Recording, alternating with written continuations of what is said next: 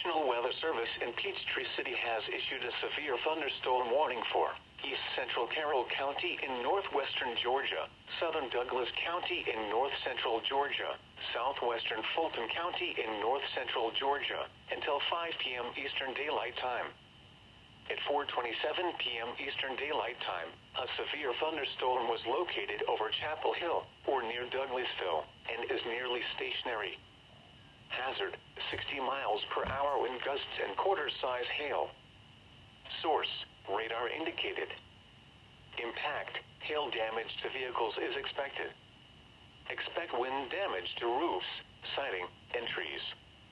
Locations impacted include Douglasville, City of South Fulton, Villa Rica, Chattahoochee Hill, Treasure Lake, Henna, Campbellton, Chapel Hill, Bill Arp, and Fair Play.